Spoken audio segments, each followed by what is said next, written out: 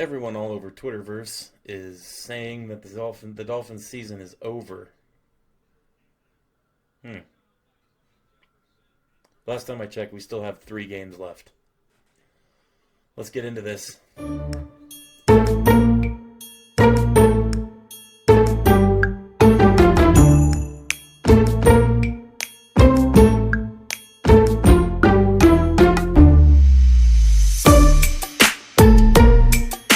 Dolphins fans, thank you for checking out the channel.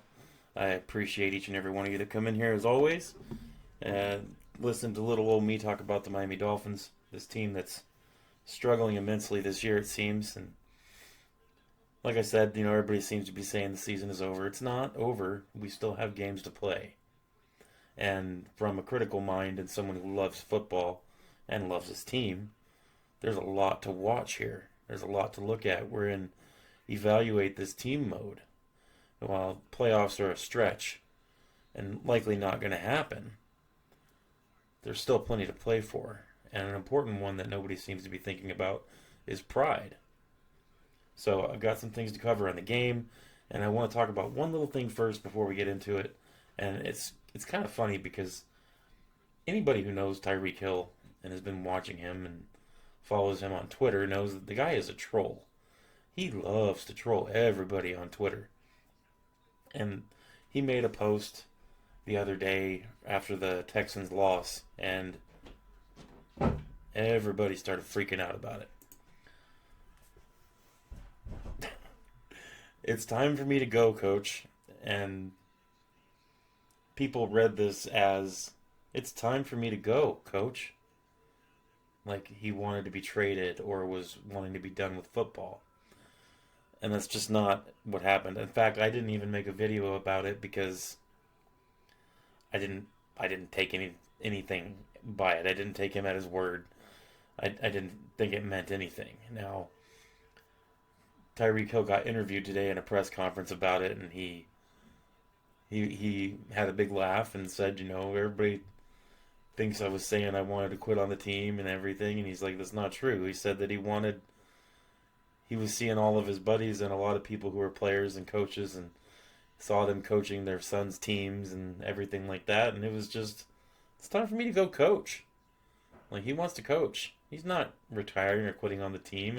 He said it was just a joke, and everybody took it wrong. And whether he meant it or not, it doesn't matter. He's not doing anything about it. He's not, he's not wanting to be traded. So everybody just relax, okay? We can let that go. It's ha ha ha, funny, done, okay? Now, we got a game to play against the 49ers this weekend. It is an interesting game because both teams are 6-8. Both teams are not doing what they wanted to do this year. Both teams are underachieving for various reasons. Both teams are kind of struck by the injury bug a little bit, and it is what it is. Both teams are 6-8. Both teams want to win this game. I'd say this game is a little more important for Miami just because of the fact that they have a chance at the playoffs, and I'm not sure if the 49ers are 100% eliminated from the playoffs, but the chances are slim. And chances are slim for Miami too, but they have a clearer path. Miami does to make the playoffs, and it is what it is. I'm back here watching this Thursday night football game between the Broncos and the Chiefs, and it's a close game. Personally, I'm rooting for the Broncos to win.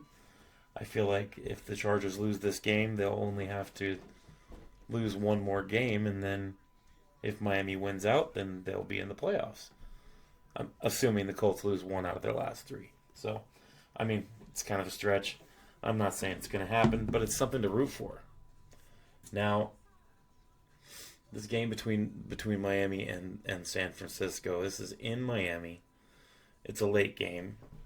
So, you can pretty much kiss the Mondo heat goodbye. It'll be warm. It's Miami weather. It'll be hot, but nothing San Francisco will be affected by. It's a pretty evenly matched game by two coaches that know each other very well. And two teams that are very familiar with each other's offense and defense. So it's kind of a toss up here.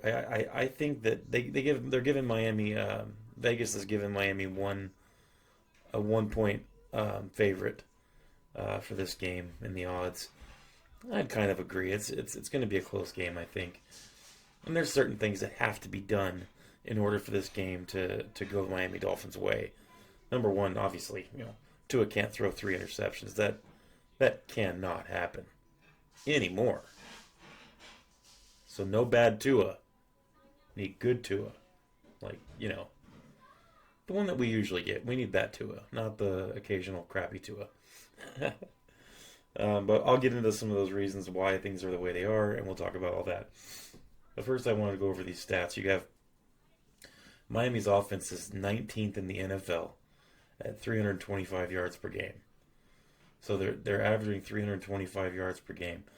We're 25th in the NFL, averaging 19.7 points per game. So our offense isn't great by any stretch. Very middle of the road. Very, very pedestrian. Our rushing offense has it's dropped and dropped and dropped every year or every game this year. Now we're looking at 26th in the NFL at 101.5 yards per game. And I'll talk a little bit about that in a minute here. Our passing offense is 14th in the NFL at 223 yards per game. Not super great. We're only averaging 325 yards per game. Like I said, that's good enough for 19th in the NFL. It's meh. Now, the 49ers offense is 8th in the NFL, averaging 365 yards per game. Their points per game, I think they're 15th at 22 and a half points per game. So 15th at 22 and a half points per game for the 49ers. Their rushing offense is 8th at 133. They're 8th at 133 rushing yards per game, and their passing is 10th at 230 yards per game. Once again, both offenses are kind of pedestrian this year. Brock Purdy hasn't been playing as well as he normally does, and CMC is out, and Debo hasn't been doing as much as he normally does for the Niners this year. It's kind of a rough year for the Niners. Lots of injuries. So it is what it is. I got the defensive stats here. I want to pull these down and look at them. So for defense, Miami is 6th overall in the NFL, averaging 308 yards per game. We're 13th in the NFL, averaging 22.3 yards per points per game. Rushing, we're 8th, and passing, we're ranked 8th. So our defense is actually, when you look at our stats and rankings, our defense is actually doing pretty well this year. And I know we've had a couple rough games there where our defense didn't perform like they should, but as a whole, our defense is legit, and we're a top 10 defense in the NFL for sure. I know it's not something that a lot of people realize or perhaps may agree with, but when you look at the stats, you can argue stats and you can say things don't matter for stats, but when you look at points per game and yards per game for overall for a defense, you can't really argue that. A top 10 defense is a top 10 defense, and we're ranked 8th or 6th in the NFL for yards per game and 13th for points per game. Can't really argue that too much, especially when our rushing and our passing defense is both ranked 8th in the NFL. The 49ers defense is another good defense. They are ranked 3rd in the NFL overall at 298.8 yards per game allowed. They are 17th in the NFL at 22.9 points per game. Now, there's a little disparity there. 3rd in yards per game and 17th in points per game. And that could benefit us. I'll get into all that in a second. Rushing, they are ranked 15th in the NFL against the rush at 117.8 yards per game. Passing, they are ranked 2nd in the NFL against the pass, averaging 181 yards per game allowed. Pardon me. So you look at that, and you can see a clear path to victory here. Now, unfortunately for Miami, we've been struggling with our running offense lately, and their rushing defense is very very middle of the road, 15th in the NFL, dead middle. Um, their passing defense is second in the NFL, so they have a very very good secondary, very good linebackers. Obviously, Fred Warner and those guys are amazing.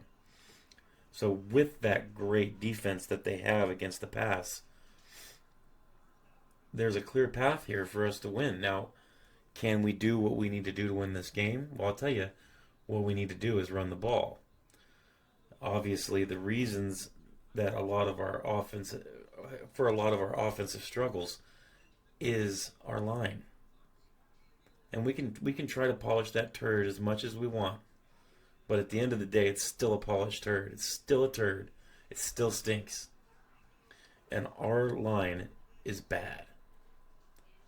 Our line is bad because of Chris Grier, not because of the coaches. It's because we are not putting players on our line that can do what they need to do. We have a very bad offensive line. It's got to change, but it's not going to change before Sunday. So what do? Well, we need to play to the strengths of our offense.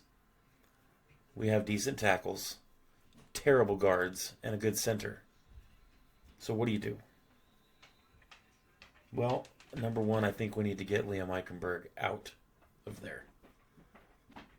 I don't think he should even be in the game. I think Liam Eichenberg should be taken out, number one. That would help a bunch. Hopefully Wynn is back and able to play in this game coming up. That would help too. Isaiah Wynn he's struggling with injury. I would like to see him back. Man, that would be great. If our offensive line can step it up and stop being a bunch of pansies and stop getting beat off the ball on every play, if they can just put together a few games here, starting with this Niners game, where they actually do something good, because our rushing offense is so bad lately, and it doesn't have to be.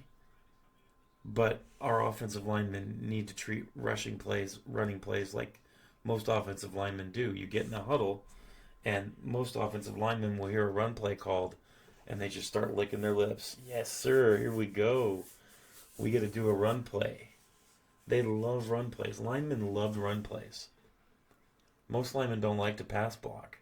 So when given the choice, they should be better at run blocking, and they should be happy to do it. So that's what we need. We need our offensive line to step up.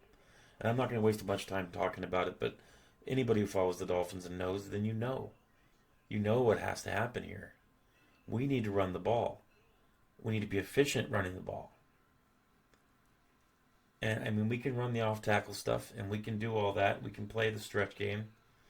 But we need to run between the tackles. There has to be a certain amount of mouth punching going on in this game. And it starts up front with the offensive line. They need to do their thing. And their thing being not playing like absolute trash. So we'll see. That's what needs to happen. Keys to victory are very simple for the offense and for the defense. I'll get to the defense in a minute. But as far as our offense goes, I think passing outside the numbers, mid-range and short range, obviously, I don't think there's going to be much action downfield in this game. If there is, obviously, they need to take a shot. Tua needs to have that confidence to take it. But outside the numbers passing is going to be a big one in this game. And whether it's wheel routes, pass routes, or not wheel routes, but flat passes sometimes, anything that goes outside the numbers, posts, any kind of slants that go outward instead of in, any plays like that deal with receiving the ball outside of the numbers will be huge in this game. Stay away from that middle linebacker, those middle linebackers on this team, on the Niners. Stay away from that inside defense. The only thing we should be doing inside, really, is the occasional run up the gut. In those interior gaps. That's what we need to do. Run off of Aaron Brewer. our center. He's a good player. He's probably the best offensive lineman we have this year. Teron Armstead is good, but I don't think he's going to be playing in this game. So that's what needs to happen for the keys to victory for the offense. I'm just going to say that. There's 2 of them, not even 3 this week. Run the freaking ball. And not just try to run it, but run it. And the other one is Tua needs to stay clean. That's a twofold answer. Tua needs to stay clean, meaning he can't get sacked a bunch. He needs to stay clean. Jersey needs to stay clean on Tua. The other part is Tua needs to stay clean, is he needs to not take those chances and try to force that ball into places where he shouldn't. Because this is a game that's going to be similar, where if he starts taking those chances downfield, then we're going to have more picks thrown. The Niners have a very good passing defense, and they will take that ball away from Tua just like that. So Tua needs to be smart, and he needs to throw the ball where it's open, not where he wants it to be open. So, simple on the offense. On the defense, it's pretty simple too. The Niners have very middle of the road offense, but their passing game is slightly worse. They're 10th in the NFL. They average a lot of yards, but they don't average a lot of points.